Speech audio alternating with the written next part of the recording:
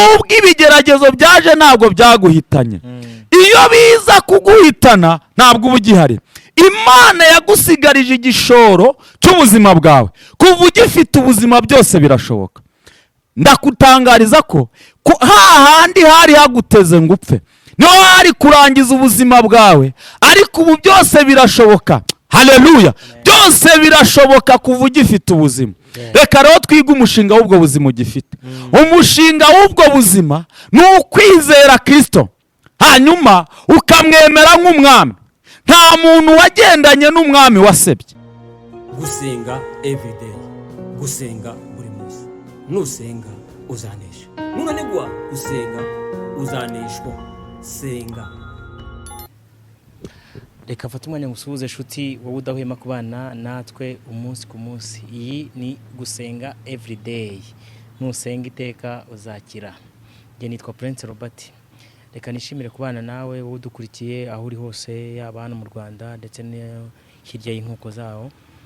Nizere ko mumeze neza, natwe turashima Imana. Kuri kamera zacu twakiye umukozi w'Imana, umutumishi, afite byinshi, afite ubutumwa Imana yamuhaye. Niyo mpamvu nifuza ko tumwakira akadusuhuza, akatwibwira, ubundi tukaganira, akatubwira ubutumwa Imana yamuhaye, akadusobanura n'Imana yariyo, kuko muri no minsi ndi kubona ziri kuba nyinshi. Hari n'abaza ati yari yaranumye none yaranshutse, ashobora kuba atari yari Satani, ariko baratubwira Imana nyamana. Ndetse namwe mudukurikiye muraza kumenya Imana yamutumye niba ari Uwiteka nyiribihe usumba byose, uko akorera no mu kanwa k'abahanuzi. Muraho neza? Muraho neza. Yesu ashimwe. Ahimbaze. Kurikira abantu badukurikiye hariya. Ubu nibo bari kukureba. Ubu ngiye ntabwo bari kundeba. Turakwakiriye neza. Murakoze cyane.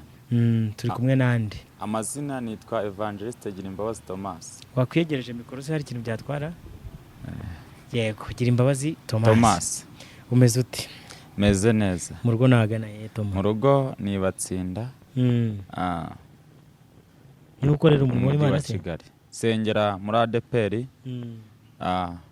Itoro ni Batsinda. Yego. Paruwasi ni Gasave. Itoro ry'umujyi wa Kigali. Yego. Cyangwa se ururembo ry'umujyi wa Kigali. Uti ufite message ushaka guha abatura Rwanda cyangwa se n'abatuye isi yose bumva ururimi rw'Ikinyarwanda, nuzakora subtitles cyangwa se agahindura icyo uri kuvuga, kumufitiye message? Mfite message nahawe ngo mbwire abantu batuye isi yose. Yego. Kandi iyo message ituruka ku Uwiteka Imana. Uwiteka Imana. Yego. Uwiteka uhoraho ibihe iteka. Yego. Kubera icyo ushimangishije uko hari abazana izindi message zidaturutse ku Mana nyakuri yitwa Uwiteka. Yego. Tuguhaye karibu rero. Murakoze cyane. Tuye message Imana yaguhaye. Hanyuma message Imana yampaye ishingiye. Twese twabanza tukanasenga kugira ngo ari iza kwiyoborera muri wowe. Mana mu izina rya Yesu Kristo rifite imbaraga n'ubutware. Haleluya. Imana isumba byose, iri hejuru ya byose kandi itajya ineshwa, kandi ijya mu rugamba iyo ikanesha. Tuguhaye imitima y'aba bantu bagiye kumvira ijambo kugira ngo nabo ubayobore, kandi ubayoboze gukiranuka kwawe, hanyuma babyumve kandi bigiraho bibashyitsa mu izina rya Yesu Kristo. Amen. Message mfite Imana yampaye ishingiye kuri Bibiliya. Turasoma ijambo ry'Imana muri Yesaya igice cya 40, hanyuma n'umurongo waho wa 29, turagera n'umurongo wa 31. Haravuga ngo niyo iha intege abarambiwe. Yego. Uvuze Yesaya igice cya 40 umurongo wa 29. Niyo iha intege abarambiwe, kandi utibashije imwongeramo imbaraga. Abasore b'imigenda bazacogora baruhe, n'abasore bazagwa rwose, ariko abategereje Uwiteka bazasubizwamo intege nshya. Bazatumbagira mu kirere bagurukisha amababa nk'ibisiga, baziruka be kunanirwa, bazagenda be gucogora. Hanyuma mfite message nyinshi, ariko uyu munsi nifuje kubaganiriza kuri message ireba abantu bizera. Message ireba abizera. ubwo abatizera ntabwo ibareba. Abatizera ntabwo ibareba. Icyakoza ubutaha nzategura na message ivuga ku bugingo buzima, ariko uyu munsi ndavuga kuri message y'abizera. Kwizera ni iki? Mu yandi magambo, kwizera ni ukumenya ibyiringirwa udashidikanya ko bizaba. Mu yandi magambo, ni ukumenya yuko Imana izakora kugeza igihe ikoze n'ibirenze ibyo wibwira cyangwa utekereza. Wowe uri gutekereza ibya hafi, ariko Imana ku buzima bwawe iri gutekereza ibya kure. Mbega iri gutekereza ibihanitse kuri wowe, ibitekerezo byawe bitarashyikira. Hanyuma abizera Imana yabantumyeho ngo mbabwire, ariko ibintu tugiye kuganira biri mu bice birindwi ku bizera. Hanyuma ariko ndabanza mvuge kwizera uko ariko. Kwizera ni ukumenya udashidikanya, birumvikana yuko ibyiringirwa bizaba. Ariko nino kumenya uwo wizeye uwo ari we. Ntabwo ari ugupfa kwizera, ahubwo ni ukumenya uwo wizeye uwo ari we. Ninde? Wizeye nde? Abantu benshi bajya bizera biringira, bakavuga ngo amashuri, bakiringira amafaranga, bakiringira ibihugu barimo, bakiringira inshuti n'imiryango, bikabatengura. Ariko kwizera ndi kuvuga ni ukwizera Uwiteka Imana yo mu ijuru. Amin. Kwizera ndi kuvuga ni ukwizera Uwiteka Imana yo mu ijuru.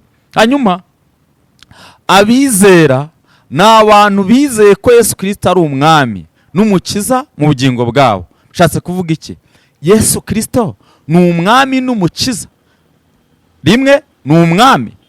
Umwami iyo ari hafi y'ubuzima bwawe, cyangwa ari hafi y'ibitekerezo byawe, cyangwa ari hafi y'aho uba, ugerageza gukora amasuku, ugerageza kwirinda amakosa, ugerageza kuba hafi.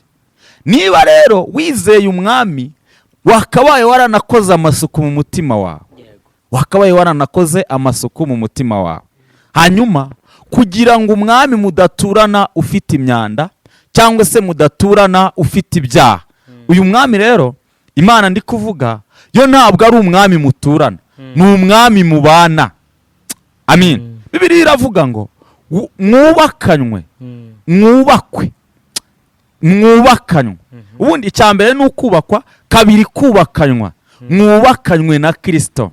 Ntabwo wafata umucanga ngo uvangure na sima, kandi byose icyoroshye wenda wasanga ari umucanga, ariko ntiwanakivangura na sima. Namwe mwubakanywe na Yesu. Kwizera ni ukubakanywa na Yesu, kandi nta wagucangura nawe. Mbega Bibiliya iravuga ngo ni iki cyagutandukanya no kwizera? Ese ni amakuba, inzara cyangwa inzangano? Oya, nta kintu na kimwe cyagutandukanya no kwizera. Mu yandi magambo, nta cyagutandukanya na Yesu mwubakanywe. Hanyuma ndi kuvuga kwizera, ariko wizeye nde? Wizeye imbaraga zo mu ijuru.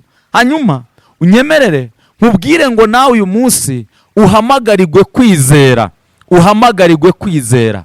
Numara kuba umwizera mushya, ndakubwira iby'Imana imbwiye kubizera. Haleluya. Byashoboka ko ubu waba umwizera, hanyuma nkakubwira ibyo Imana yantumye kubizera. Imana idufashe cyane. Hanyuma ibice Imana yantumye ubutumwa buri mu bice birindwi kubizera. Igice cya mbere ni abizera ariko bahagaze mo neza.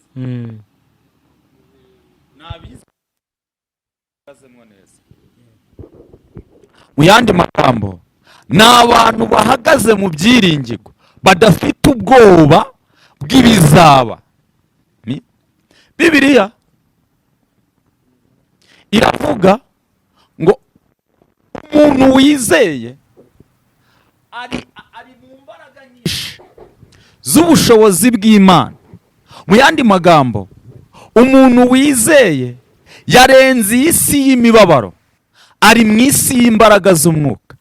Ntabwo atewe ubwoba nuko iyi si ifite intambara, kuko imbaraga arimwo zihosha intambara isi irimwo.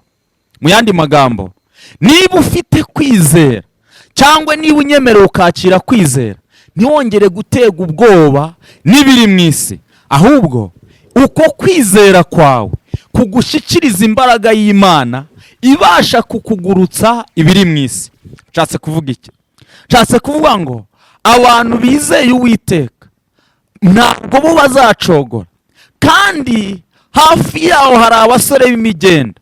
Abasore b'imigenda ni ba bandi bafite amafaranga, bafite amashuri, bafite ubushobozi bwose bwo mu isi, ariko imitima yabo yarahabye. Mu yandi magambo, nta bushobozi bafite bwo kunesha iyi si, nta bushobozi bafite bwo kuba muri iyi si bafite amahoro, nta bushobozi bafite. Icya mbere, Imana yarambwiye ngo by'ukuri bagira ubushobozi bwo kunesha isi. Bazawugira bate rero? Bazagira ubwo bafite Mwuka Wera. Mwuka Wera rero ni iki? Mwuka Wera ni imbaraga igushoboza gukora ibyananiye abandi. Mwuka Wera agushoboza gukora ibyananiye abandi. Byananiye abakire navugaga, byananiye abanyamashuri, ibyabananiye wowe uzabishobozwa na Mwuka Wera. Mwuka Wera numwizera, kizera Imana izakohereza Mwuka Wera wo kuba mu bihe ibi bigoye. Uri mu bihe bigoye mwene data, ubuzima bwagucanze, ariko uko ufite Mwuka Wera ntabwo bizongera kugucanga, kuko Mwuka Wera icyo azagufasha ni iki? Azagufasha kwemeza. Nubwo hari ibyanze kwemera ngo ubeho, nubwo hari ibyanze kwemera mu buzima bwawe, nubwo diporome yawe byanze kwemera ngo ibone akazi, nubwo ubuzima bwawe buri mu bushomeri bwinshi, ariko nutunga Mwuka Wera azagufasha kuba hejuru y'ibyo byose bihari. Iyo ufite imbaraga z'Umwuka Wera, z'ubwazo zirakuzamura zikakujyana hejuru y'ibihari. Mbega urasabwa gutunga imbaraga z'Umwuka Wera zikurenza ibihari. Urugero rumwe, Imana iyo iri kumwe n'umuntu ntabwo aba akiri umuntu, ahubwo aba yambaye ubwiza bw'Imana n'imbaraga z'Imana. Mbega si wowe ugaragara mu bigeragezo, ahubwo hagaragara Imana uri kumwe nayo. Haleluya! Si wowe ugaragara mu bigeragezo. Iyo ufite kwizera, iyo ufite Mwuka Wera, ahubwo hagaragara Imana uri kumwe nayo. Nshatse kuvuga iki? Ntiwongere gutega ubwoba n'ibihari, ahubwo wowe komeza inzira. Icyo namenye neza cyo, nubwo yaba ari mu ntambara zimeze gute, nubwo byaba byacanze abandi, ariko wafite kwizera. Kwizera kuzamutambutsa ibintu byacanze abandi. Mbega Bibiri ivuga iki? Rawangwa numara kwizera uwo mwana uzaba uhawe ubugingo. Ubugingo niyo mari ihenze kuyibona. Mu gihe wabonye ubugingo, biroroshye no kubona ibindi. Nyine wabonye ubugingo, biroroshye no kubona ibindi, kuko Yohana 10:10 Yesu yaje kuguha ubugingo bwinshi. Ntabwo yaje kuguha ubugingo bwinshi akabuguhana n'ibindi byose. Mu yandi magambo, nubwo urimo kwiganyira wiheba ko viziyo yagusize, wiheba ko ubuzima bwagusize, ariko Yesu ugukunda, Yesu uri hafi yawe, yaje kuguha ubugingo. Ntacyo Yesu atatanga ngo ugire ubugingo, ntacyo. Nta n'icyo Satani atatanga ngo ubure ubugingo, ariko Yesu we arahari kugira ngo ubone ubugingo kandi bwinshi. Ntabwo ahari kugira ngo wihebe, ntabwo ahari kugira ngo wiganyire. Mana yantumye ku bantu bizera ngo bareke kwiganyira, bareke kwiheba, kuko bari kumwe n'intsinzi ariwe Mwuka Wera n'Imana. Hanyuma ntabwo intsinzi Imana igendana yatuma wowe utsindwa mu rugendo. Oya, Imana igendana intsinzi. Wawanga iyo ntsinzi ni intsinzi iki Imana igendana? Intsinzi y'Imana ni cya gihe yohereje umwana wayo akanyura mu bintu bikugoye. Ibyo bikugoye na Yesu yabinyuzemo. Nshatse kuvuga iki? Nshatse kuvuga ko ibyo bikugoye bikuruhije, byakwatatse, biguhanda, bikudomba, uko kubura akazi. Yesu nawe yabaye mu isi ari umushomeri, ntabwo yari afite akazi k'umubiri, kandi yari ariho neza, yagiye no mu ijuru. Yesu yabanje kunyura aho uri kunyura kugira ngo agutinyure nawe kuzahanyura. Ntutege ubwoba nawe uri kunyura bitewe n'uko hakomeye, kuko Yesu nawe yagutanze kuhaca. Haleluya. Yaguteguriye inzira kugira ngo uzahanyure utuje kandi ukeye. Yandi magambo, ntutege ubwoba naho, kuko ibyari bihari bikomeye Yesu yarabyoroheje. Nyine yarabyoroheje, yarahanyuza byambura ubukana. Niyo mpamvu nawe uzahanyura ntacyo uzaba. Kandi mwibutse ko Imana ntishobora kukunyuza mu birenze imitekerereze ufite. Ibyo bintu uri kunyuramwo bingana n'imitekerereze yawe. Ntabwo Imana yagerageza umuntu uri kaminuza ngo imugeragereshe ibyo umuntu wize primaire. Oya, uwize kaminuza afite ibyo bigeragezo, n'uwize primaire afite ibyo bigeragezo, ndetse n'uwize secondaire afite ibyo bigeragezo. Ariko ndagutangariza yuko ibigeragezo byawe ku rwego rwawe urabibashije. Imana ntabwo iyo ikureba, ntabwo yari kuguha ibintu birenze imitekerereze yawe, kuko hari no gusara. Ahubwo Imana yabonye ibyo uzabibasha, ntabwo bizakunesha. Humura, kuko Imana izagusubizamo imbaraga. Bibiri ivuga iki? Ntabwo izagusubizamo imbaraga, kandi nugera aho bigoye, nugera hahandi birenze ubushobozi bwawe, ntabwo uzabicamwo, ahubwo izo mbaraga zizakugurutsa. Ntabwo uzaca muri ibyo bikomeye, ntabwo uzaca muri izo nzara, ntabwo uzaribwa n'iyo nzara, ahubwo Imana izakugurutsa iyo nzara. Kuguruka ni iki rero? Kuguruka ni cya gihe imitekerereze yawe ibibona nta butabazi buhari, hanyuma ukaguruka. Mbega mu yandi magambo, unyura mu bigeragezo atari uko bidahari, ahubwo niyo bihari. Imana igushoboza kubiguruka. Mu yandi magambo, Imana iyo ibonye ibintu byakomeye cyangwa byabaye byinshi, igutera ikinya kugira ngo cya kinya kikurenze bwa buzima utinya. Imana aka kanya iguteye ikinya, ariko kuguha imbaraga z'umwuka wera nyinshi. Imana iguha imbaraga nyinshi z'umwuka wera. Hanyuma icya mbere, abizera mwizera ntimucike intege, kuko Imana yanyu ntabwo yacitse intege, iracyakora imirimo n'ibitangaza. Kandi izere, kuko ntabwo ijya muri konje, ntabwo iruhuka, ntabwo Imana iruhuka, ihora ikora. Haleluya, ihora ikora. Nubwo uri kwiganyirira gukora, icyakoza ushobora kuba utari kubona imirimo kubera Satani yakwihebesheje. Nyine Imana iri mu kazi ku buzima bwawe. Ibuka ziramva Imana yakuyeho, nuko iri mu kazi. Ibuka ko yakurinze gusenyuka k'urugo, nuko iri mu kazi. Ibuka ko Imana yahabaye ntusare, nuko iri mu kazi. Ibuka ko Imana yabaye bya bindi byose byari bikugarije, Imana ikabikuraho. None utewe ubwoba nako, witega ubwoba n'intambara igiye kurangiza. Iyo ikomeye iyi ntambara yabaye ngari, Imana nayo iba ngari bitanye n'iyo ntambara yawe. Mbega mu yandi magambo, ntabwo Imana itinya ibigeragezo urimo, ahubwo yo izi ko yabirangije. Mpamvu yakwemereye kuhanyura nuko izi ko ntacyo bizagutwara.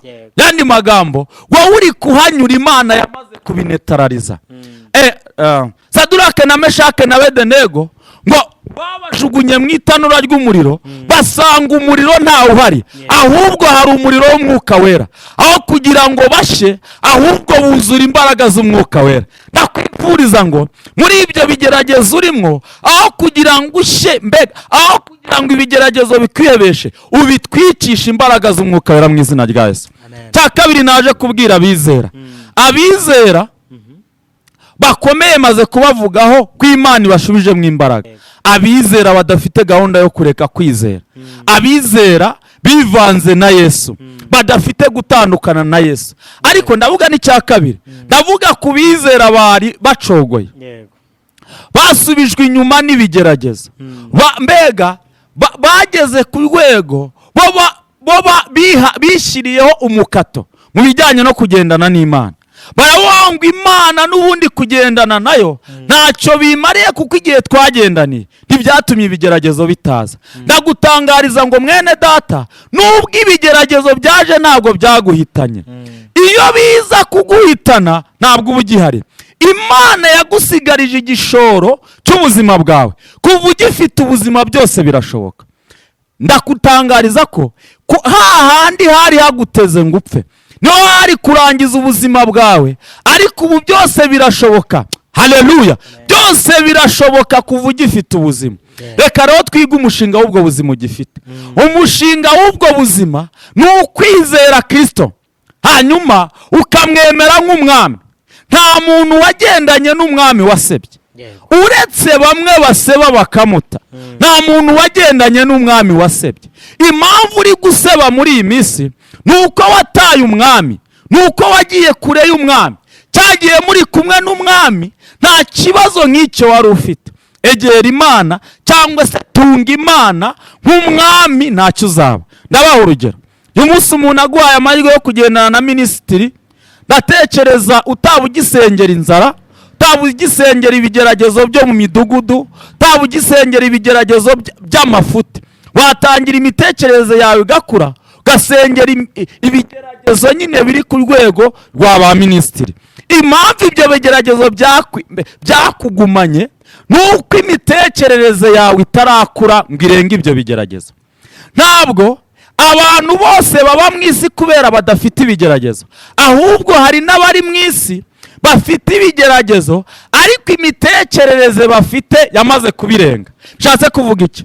Buriya umuntu uzaba umuntu ukomeye akora ikosi ringana n'uko azakomera. Ntiwaba generali wakoze ikosi rimwe gusa, genda ukora andi makosi kugeza ubaye generali. Generali iyo ari mu mvura si uko imvura itamunyagira, ahubwo yitoje kunyagirwa n'imvura kandi nta kibazo afite. Yitoje kunyagirwa n'imvura, nta bwoba afite bw'imvura kuko yamunyagiye cyane. Nawe rero impamvu utewe ubwoba n'ibigeragezo ugasubira inyuma ni uko ikosi witoje ari ritoya. Ongera usubire ku ikosi ringana n'ibyo bigeragezo, kandi imitekerereze yawe iruta ibigeragezo. Hanyuma impamvu Satani ari kukurasa ni uko ari kurasa imitekerereze yawe mitoya. Imitekerereze yawe iri munsi y'imitekerereze y'Imana. Imana ishaka kuzamura imitekerereze kugeza ku gihe utekereza iby'Imana ikugambiriye. Haleluya! Eliya ngo ageze aho abahanuzi ba Bayali bari, azamura imitekerereze nta n'icyo Imana irakora. Aravuga ngo Imana yanjye iri busubirishe umuriro. Ntabwo uwo muriro yawubonaga, ahubwo yari afite imitekerereze ingana n'iby'Imana yari gutekereza. Haleluya! Yari afite imitekerereze ingana n'iby'Imana yari gutekereza. Mu yandi magambo,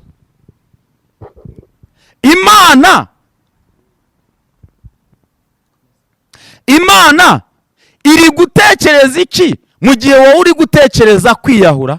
Iri gutekereza iki mu gihe wowe uri gutekereza ko ubuzima bwanze? Iri gutekereza iki mu gihe wowe ugiye kugwa uva mu byo kwizera? Imana iri gutekereza yuko kuza igafata imitekerereze yawe ikayigeza ku rwego ugenda hejuru y'ibishaka kugusuzugura. Imana ntabwo yitinya ibihari, ahubwo irangiza ibihari. Mu yandi magambo, ibihari birakugoye, ariko Imana ihari izanesha ibyo bihari. Komera kandi ushikame, imitekerereze yawe ikure kugeza ku rwego rwa Eliya, kuko Eliya yaravuze ngo Uwiteka ari busubirishe umuriro. Muri ibyo bigeragezo byawe Imana iri buguhe igisubizo kirenze imitekerereze wari ufite. muri izo ntambara Imana iri buguhe igisubizo kirenze imitekerereze wari ufite. Muri ibyo bikugoye Imana iri buguhe igisubizo kirenze imitekerereze wari ufite. Dore wari ugiye gusara, Imana iraguha ibirenze gusara, iraguha ubushobozi burenze gusara. Akira imbaraga y'Imana ikuhuza n'imitekerereze Imana igufiteho. Imitekerereze yawe yarananiwe kugeza mu rwego ugambirira yuko ubona ntacyo kimaze, ariko Uwiteka Imana hari icyo we ashwa gute, hari umushinga wagufiteho. Wa mushinga Imana ifite kubizera ni umugambi wayo. Nubwo abadayimoni barwana cyangwa se bashega, ntabwo banesha umugambi w'Imana kuri wowe, ntabwo bawushobora. Hanyuma bibutse ko ari imitekerereze yagize byanganaga n'iby'Imana yagombaga gutekereza ako kanya, kuko yaratekereje aravuga ngo ndashaka ko Imana ihabwa icyubahiro. Abahanuzi ba Bayali bagaseba. Uyu munsi Imana ihabwa icyubahiro mu buzima bwawe, amadayimoni yakwihebesheje asebe, imbaraga z'imyuka mibi zisebe, imbaraga z'ubushomeri zisebe, ibintu byakwihebesheje n'ibisebe, hanyuma Imana ihabwa icyubahiro mu buzima bwawe. Erega ntabwo ari uko yari yatabonaga ubutabazi bw'Imana, nta nubwo ari uko yabubonaga hafi n'amaso y'umubiri, ahubwo we yabuboneshaga amaso y'umwuka. Impamvu utizeye Imana bingana no kunesha ibigeragezo nuko ishaka kubonesha Imana amaso y'umubiri, ariko Imana ishaka kwibonesha amaso y'umwuka mu izina rya Yesu. Haleluya. Imana ishaka kwibonesha amaso y'umwuka. Mu yandi magambo, zamura kwizera kwawe, kwizera kwawe kugere ku gipimo cyo kwihangana, hanyuma kwihangana kuzamura igipimo gere ku kigero cyo gutekereza nk'iby'Imana iri gutekereza. Ndakurahira yuko iby'Imana iri gutekereza ku buzima bwawe ari ibyiza atari ibibi. Ntabwo ari amatiku, ntabwo ari amakuba, ntabwo ari ibyo urimo, ahubwo ni ibyiza. Dore icyiza Imana iri gutekereza ku buzima bwawe rero ni iki ngiki. Imana ni umugambi wayo kuri wowe. Umugambi wayo kuri wowe ntabwo uzapfa, nubwo abadayimoni bashaka kuwica, ariko ntuzapfa. Eliya arahagarara, arangije ikintu namukundiye Eliya cyane, ngo yafashe abahanuzi ba Bali arabica. Nawe ica ibintu byakubujije kwizera Imana. Mbega ica ibintu bya Bali byakubujije kwizera Imana. Ica ubusambanyi, ica ubusinzi, ica kubeshya, ica mbega ubujura. Genda wica ibintu byose bya Bali, bya Satani. Ica imirimo ya Satani kuri wowe, hanyuma uzamura igipimo cyo kwizera. Ndabizi Imana iri busubirisha umuriro. Mu yandi magambo, numara kuva mu isi y'ibyaha, Imana iragushyira mu isi y'ibisubizo. Amina cyane. Imana iragushyira mu isi y'ibisubizo. Mbega impamvu ubona byanze, n'impamvu ubona abahanuzi ba Bali ntaho wabaca, mbega impamvu ubona ibyo bigeragezo ntaho wabinyura, nuko uri mu isi y'ibyaha. Ariko nuva mu isi y'ibyaha ukagera mu isi y'umwuka, urabona igisubizo Imana yahateguye. Ngo arangije ngo Imana isubirisha umuriro. Bibiri ivuga iki? Ndavuga ngo imaze gusubirisha umuriro, ngo hanyuma yumva amajwi yaturutse ku mugore. Mbega uyu munsi hari amajwi uri kumva ari guturuka hirya no hino akubwira ngo urapfuye. Nawe yumvise amajwi ndamubwira ngo urapfa, kandi ubuzima bwawe burapfa, ntabwo uri bubeho. Ngo arangije aramwihebesha ajya kwiyahura. Nawe uri mu buzima busa no kujya kwiyahura. Ahantu uri harasa no kwiyahura, kuko wagiye mu buzima bw'ibyaha. Ibyaha ni urupfu, kuko ari ibyaha bingana no gupfa. Ibyaha urimo bingana n'urupfu wari washyikiriye. Mbega ibyaha nibwo uzaba utaye n'urupfu. Hanyuma numara guta ibyaha uzakira umutsima, kandi uzakira inyama, uzakira ibisubizo wari warabuze. Ni ukuvuga ngo Eliya yaryamye munsi y'igiti cy'umurotemu, Imana yaraje iramubyutsa. Kumubyutsa bisobanuye iki? Birasobanuye ngo va muri izi ntege nkeya urimo, kuko naje kugutabara. Nawe va mu ntege nkeya urimo, Imana yaje kugutabara. Va mu ntege nkeya urimo, Imana yaje kuguha ubutabazi, yaje kugukorera ubukwe. Va mu ntege nkeya urimo, Imana yaje kuguha, mbega yaje gukuraho izo nyatsi z'abadayimoni. Va mu ntege nkeya urimo, Imana yaje gutabara ubuzima bwawe buri mu kaga, buri ahantu wowe ubona utava, ariko Imana izahagukura. Eliya ubuzima bwe yari yabushyize ahantu mu rupfu, ngo ariko Imana irahamukura, rangije amubwira ngo komeza ugende, kuko urugendo rw'ibisubizo ruracyari rurerure. Nawe nubwo wari uzi ko ibisubizo byagarukiye aho, urugendo rw'ibisubizo ruracyari rurerure. Iyongeremo imbaraga uguruke ibyo bikurwanya. Igice cya gatatu ni abantu baheze mu isayo, mbega baheze mu isayo y'ibintu bibaremereye. Mu yandi magambo, hari ibintu biremereye ubuzima bwawe utari kubasha kubona uburyo wakikuraho. Birasa naho byagutabitse aho byashaka kugushyira. Mbega mu yandi magambo, ibyo biremereye ubuzima bwawe nibyo Imana yantumye ngo nkubwire igisubizo cyabyo. Hanyuma buriya umutandi wowe cyangwa kigingi, cyangwa mu yandi magambo umuntu ushinzwe umuzigo w'imodoka, iyo bamushinze umuzigo w'imodoka, nawe awushinga imodoka, hanyuma akawicara hejuru. Ibyo ngibyo wikoreye bihereze Yesu abikwikorere, kuko we wananiwe. Ikindi Imana yantumye ni abantu basabwa kwihangana. Kwihangana ni iki? Kwihangana mu yandi magambo ni ukwihangana.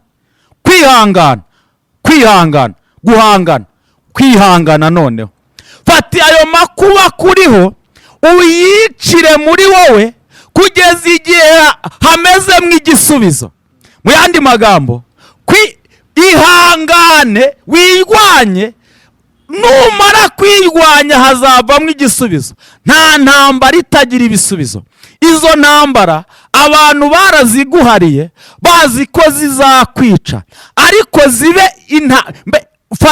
fata intwaro z'Imana uzirashishe, ndabizi zizagenda.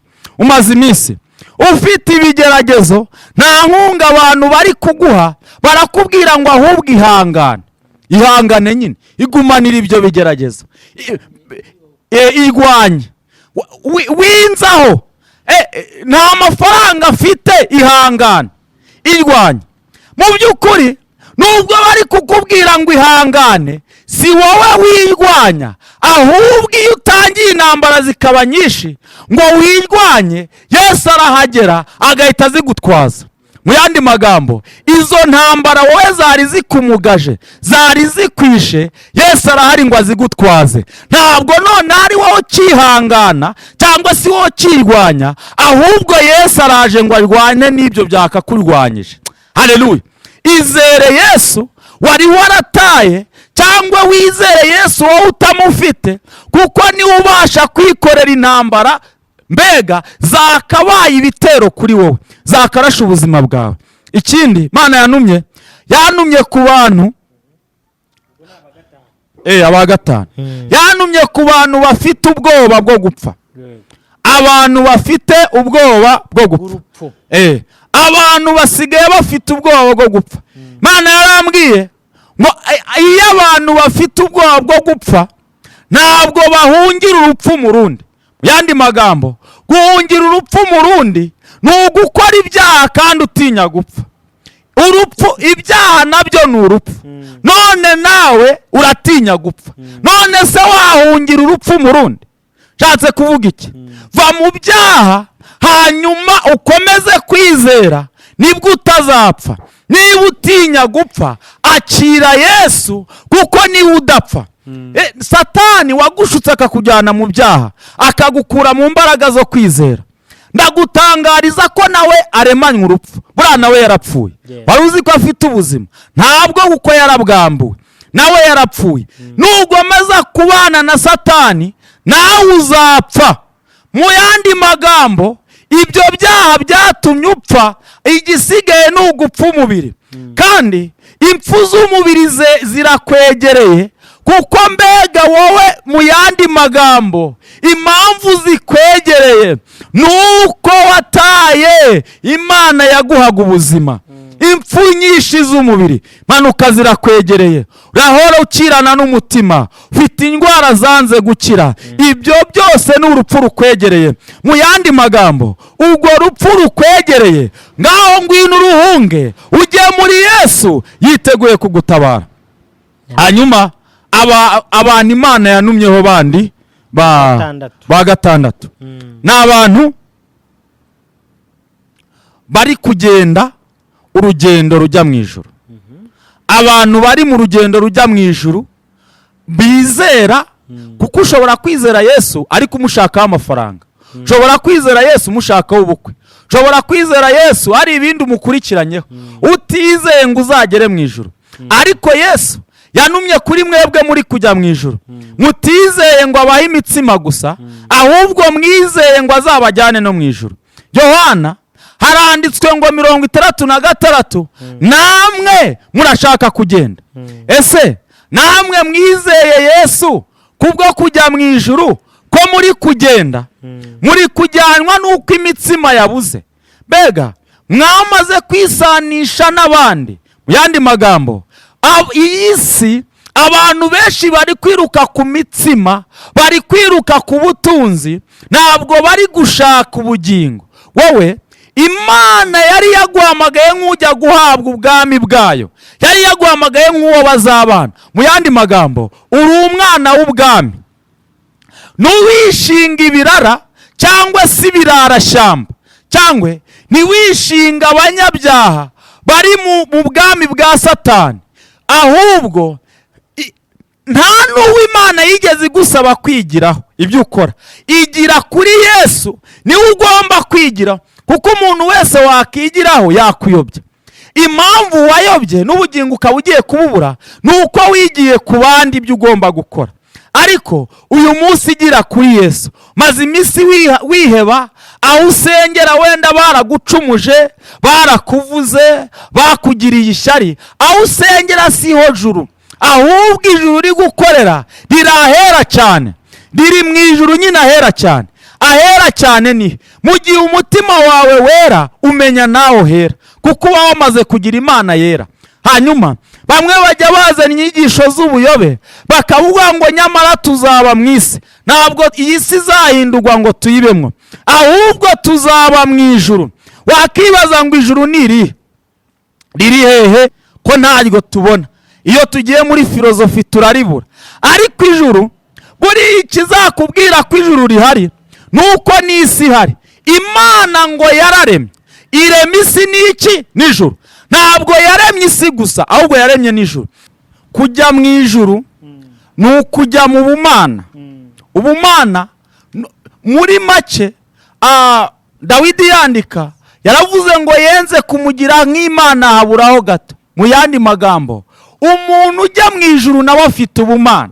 Ubumana ni iki? Ni umwuka wera Imana iguha akakumenyesha umugambi wayo. Ntabwo ubumana ari uko uri hejuru y'abandi. Ntabwo ubumana ari amashuri menshi, ahubwo ubumana ni uko uba ufite umwuka wera. Kandi abo bantu nibo bazaguruka n'ibigeragezo. Hanyuma bazaguruka babirenge kubera bwa bumana. Imana nayo impamvu bazabirenga ntabwo iba mu bigeragezo, ahubwo irenga ibigeragezo. Izagufata nawe urenga ibigeragezo kuko ufite ubumana. Rero iri juru bavuga ni ijuru ryo kujya mu bumana, ni ukuva mu isi y'imiruho n'imihate y'ibi bikubabaza, ukaba mu ijuru, ukaba mu bumana iteka, ukaba mu bumana nyine yujuje ubumana 100%. Ni ukubamwo. Reka manza nkubwire, ubu yaba waremeye ukakira umwuka wera, ubu uri kumwe n'Imana ntacyo uba warabaye. Mpamvu ayo marozi yagufashe, mpamvu wenda gupfa, marozi yakwatatse, ni uko wataye ubumana. Ariko iyo uba ugifite ubumana, ari we mwuka wera, ntacyo uba warabaye. hanyuma ndagutangariza ngo ngwino rero garuka mu rugendo rujya mu ijuru kandi nawe urimwo komera. Imana hari ibintu itakirengagiza kuguha mu rugendo rujya mu ijuru. Icya mbere, ntabwo Imana yakwima impamba, ariko nanone impamba y'urugendo ntikwibagize intego y'urugendo. Mu yandi magambo, niba uri kujya mu ijuru wigira ibisubizo bikwibagiza kujya mu ijuru, gomeza ujye mu ijuru. Nubwo uri guhabwa ibisubizo, ntabwo ari wo mugambi si wo mugambi w'Imana ugarukira, ahubwo iguha ibyo bisubizo kugira ngo uzajye mu ijuru. Ntabwo yabiguhaye ngo ukore ibyaha, ahubwo yabiguhaye ngo bizagufashe kugera mu ijuru. Hanyuma ibyo bisubizo wibigira inzitwazo zo kuba Imana yarakubuze. Muri iyi minsi ibyo bisubizo wabigize inzitwazo, Imana yarakubuze mu bijyanye n'amasengesho, yarakubuze mu kwirinda ibyaha, yarakubuze kubera ibyo bisubizo. Niba wanze kureka ibyaha wishingikirije ibisubizo, Imana izakubita ibisubizo kugira ngo wowe itaguhomba. Ntabwo abacuruzi murabizi, ntabwo umucuruzi yakwemera ko iduka rye rihomba, ahubwo icyo gihe hahomba iry'undi. Mu yandi magambo, Imana ntiyakwemera yuko wowe iguhomba kuko ni wowe duka ryayo, ahubwo izemera ko iryo duka ry'ibyo rihomba. Yandi magambo, izera Imana nibwo utazahomba. Mbega guma mu Mana kugira ngo ibyo ufite bitazagenda. Niba ufite ubwoba bwo gukena, guma mu Mana. Niba ufite ubwoba bwo gupfakara, guma mu Mana. Niba ufite ubwoba bwo kudakoresha ubukwe, guma mu Mana. Kuko nutaguma mu Mana, ibyo wari wiringiye ntabyo uzabona. Hanyuma icyanyuma nsoreza, abantu b'abakozi bayo, Mana yarambwiye ngo abantu b'abavugabutumwa, abahanuzi, abavugabutumwa, abahanuzi, abanyamasengesho, abaririmbyi, abapasiteri, ababishopu n'abandi bari mu nzego zitandukanye z'umurimo wayo, yarambwiye ngo nimbabwire ngo muri kurwana n'imbaraga ziri hejuru, ngo ariko n'iziri hejuru y'Imana. Yandi magambo, imbaraga zirahari ariko ntabwo zanesha umugambi w'Imana. Rero nambwiye ngo mbabwire mukomere kandi murwane kigabo, kuko Imana yanyu yohereje umwuka wera udasanzwe.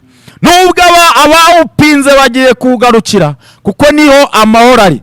Mbega mu yandi magambo, abantu bose bizeye ibitari Imana bagakoresha imyuka y'abadayimoni, bagiye kugarukira umwuka w'ukuri ari wo w'Imana, kuko imyuka y'abadayimoni igiye gutsembwa. Imana izayitsemba. Kandi niba nawe uri umurozi, ndakubwiriza kugira ngo wiyumvishe yuko ubwo burozi bwawe n'izo mbaraga ukoresha uroga nta gaciro zigifite, kuko Imana yahagurutse guhangana nawe kugira ngo izamure igipimo cy'abizera. Hanyuma ndabizi abantu benshi bagiye barwanya abakozi b'Imana ngo ijambo ry'Imana rizime, ariko ntabwo babigezeho. Mu yandi magambo, abantu uko bongera kurwanya abantu bakorera Imana, ni nako Imana yongera imbaraga mu bayikorera. Nubwo abantu bongereye imbaraga ngo bakuzimye, bakurwanye, mbega bakwice urw'agashinyaguro, umwuka w'ubuhotozi waragwiriye hafi y'ubuzima bwawe, ariko ntacyo uzagutwara kuko Imana yongereye imbaraga mu bugingo bwawe. Abantu bizera kandi bari mu murimo w'Imana, Imana yarambwiye ngo hari abantu bawurimwo nk'imitako badafite umumaro, mbega bameze nk'aho nta kintu bamaze, abimanije kubakubura. Hari n'abandi bari mu murimo w'Imana ari indamu, ari indonke, abo nabo Imana ije kubakubura. Hari n'abandi bari mu murimo ari ukugira ngo bibone hanyuma bishyire hejuru, abo nabo Imana ije kubakubura. Imana yarambwiye ngo ije gukubura abantu bose bari mu murimo ariko batagize icyo bamaze mu murimo. Mbega mu yandi magambo, urutwa n'udahari, waje mu murimo kubera ibyubahiro washakaga, waje mu murimo kubera washakaga imbaraga ya Satani ngo ikore. Yantumye ku bantu bakoresha imbaraga y'ikuzimu. Imana igiye kujya ikuzimu. Senyera imbaraga muri gukoresha. Mumeze nk'abantu bari gutamika uruzi rwanduye mukarujyana mu kanwa k'abizera, hanyuma kugira ngo mwanduze ubugingo bwabo. Ubwo ruzi rwanduye Imana irarugomeye. Mbega iyo myuka mibi muri kohereza mu bizera, Imana irayigomeye. Niba ukoresha imbaraga y'imyuka mibi, wumve yuko Imana yigomeye, wumve yuko nta mumaro igifite. Ahubwo niba ukoresha imbaraga y'Imana isumba byose, imanukira muri Yesu, wumve yuko ugiye kunesha ibyo bintu byose. Ari abantu bari kutubesha ngo baravuga Imana, ariko atari Imana bavuga, bari gukorera imana z'ikuzimu. Hari abantu bari kutubesha ngo ni abapasiteri, bari mu byubahiro bya Satani, bari gukoresha imyuka y'ikuzimu. Abo bose bari kubesha, Imana igiye kubagerekaho imitwaro batabasha kwikora, nirangiza ibaremerere bagwe nzira. Hanyuma nawe uri mu bantu baguye nzira, maze igihe wumva wakihana, wari uri mu barozi, wari uri mu bagome, Imana ntiyagutaye, ahubwo nawe ushaka wakihana, kuko nta mwanya w'aborozi ugihari, kuko nta mwanya w'inkozi z'ibibi ugihari. Wakihana. Imana ije guha imbaraga abantu bayo, hanyuma bagira imbaraga ziri hejuru y'imbaraga mufite mwebwe mukorera Satani. Imana ni umukozi w'umuhanga, kuko mbega abakozi nubwo muri kurambirwa muvuga ngo muri bake, ngo se ngo ko nkorera Imana ngo nkabona ndi umwe muri karitsiye, ngo abandi bakorera Satani cyangwa abandi babivangavanga. Humura, Imana ifite ba Samweli. Mu yandi magambo, Imana iri kuzana abakozi bashya ngo baze bagufashe umurimo. Ntabwo abashiriye, mbega ntabwo bashize, ntabwo bapfiriye gushira, ahubwo Imana ifite n'abandi iri guhamagara kugira ngo bagufashe umurimo. Muntu w'Imana, soza iki kiganiro ndakubwira ngo komera kandi uhumure, ntabwo ari wowe wenyine uhari. Imana iri kumwe nawe, kandi intsinzi y'Imana iri kumwe nawe. Nubwo imyuka mibi iri hejuru, ariko Imana ikugendesheje hejuru y'iyo myuka mibi. Hanyuma nitwa Girimbabazi Thomas, nimero yanjye ya telefoni ni 078 950 3892. Imana iduhana umugisha. Reka dushimire umuntu wese wabanye natwe, tukaba dusoje ubutumwa Imana yatanze. Icyo avuze ntacyo nongeraho, gusa abwirwa besha kumva beneyo. Niba uri mu mugabane w'abizera, nizere ko ijambo hari ahantu rikugejeje. Mwakoze kubana natwe, mwakoze kudukurikira, mukomeze mubane natwe. Twiteguye kumenya kubaka ubwami bw'Imana dusenga uko bwije n'uko bukeye. Imana ibahe umugisha. Shalom, shalom.